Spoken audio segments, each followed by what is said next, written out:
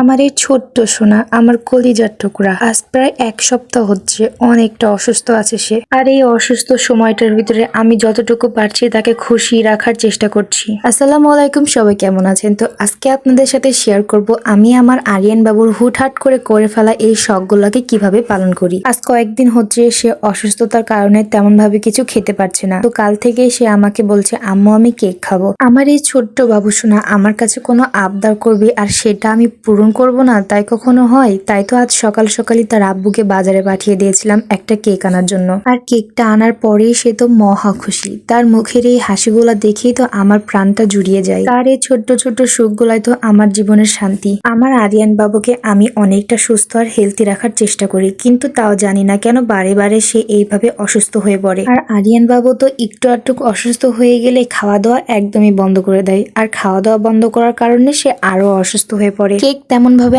আরিয়ান খায় না, এর আগেও তাকে আমি কেক খাতে এভাবে দেখিনি, কিন্তু হুট করেই তার মন চেয়েছে কেক খাওয়ার, আর সেই শখটা আমি এইভাবে পূরণ করেছি। কেকটা নিয়ে আসার পর থেকে সে তো অনেক খুশি, আর কেকটা খাচ্ছিল সে অনেক মজা করে। আমার আরিয়ান বাবুর সাথে যে এই আর একটা পিচ্চি, এটা হচ্ছে আমার ননদের ছেলে, সেও কেক খেতে অনেক পছন্দ করে। তো তাদের দুই ভাইয়ের তো আজকে ঈদ লেগে গেছে কেকটা দেখার পর থেকেই। আমার আর আমার বরের কাছে আরিয়ানের খুশিটাই হচ্ছে অনেক দামি। আর আমাদের এই ছোট্ট সোনামণির মুখে হাসি ফোটানোর জন্য আমরা যতটুকু পারি চেষ্টা করি। আরিয়ান বাবু হলো আমার জীবনের এমন একটা সুখ, যখন আমি আমার জীবনের সব থেকে প্রিয় মানুষটাকে হারিয়েছি তখন সে এসেছে আমার জীবনে। হুট করে এত ছোট বয়সে নিজের মাকে হারিয়েছি, আর আমার মাকে হারানোর কিছুদিনের মধ্যেই আরিয়ান আমার বলে আসে। এক পাহাড় পরিমাণ দুঃখের মধ্যে সে আমার ছোট্ট সুখের বাতি। অনেক কষ্ট করে তাকে লালন পালন করেছি নিজের হাতে। প্রায় সব মেয়েরা প্রেগনেন্সির সময়তে নিজের মাকে তার পাশে পায়, আর সেই মাই তাকে আর তার সন্তানকে নিজের হাতে লালন পালন করে, কিন্তু এই সুখটা আমার কপালে জুটেনি। আল্লাহ তাআলার অশেষ রহমত, এত দুঃখ কষ্টের মধ্যেও তাকে আমি এইভাবে লালন পালন করতে পারছি,